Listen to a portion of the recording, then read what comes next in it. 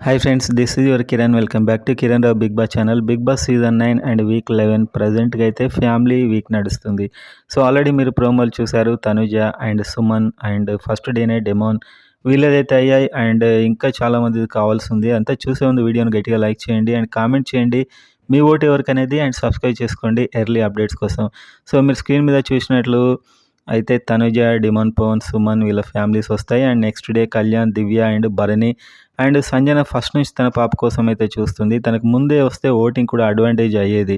కానీ ఒక పనిష్మెంట్ అని చెప్పి ఇలాంటి పనిష్మెంట్ ఫ్యామిలీ వీక్లో పెట్టడం అయితే చాలా దారుణం.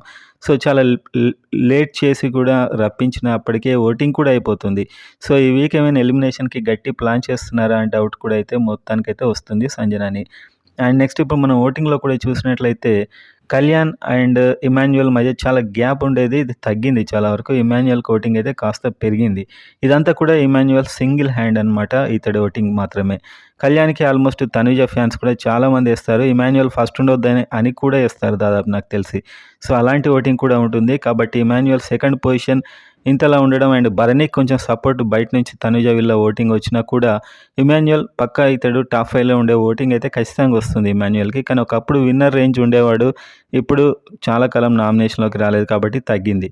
ఆ తర్వాత డిమాండ్ పవన్, రైతు కూడా లేదు అండ్ నిన్న మొన్న మంచి మంచి ఎపిసోడ్స్ ఫుల్గా ఫుటేజ్ వచ్చింది కాబట్టి సేవ్ చేస్తారు. ఫైనల్ ముందు వీక్ వరకు వీళ్ళిద్దరిని లాక్కొస్తారు ఎలా అయినా.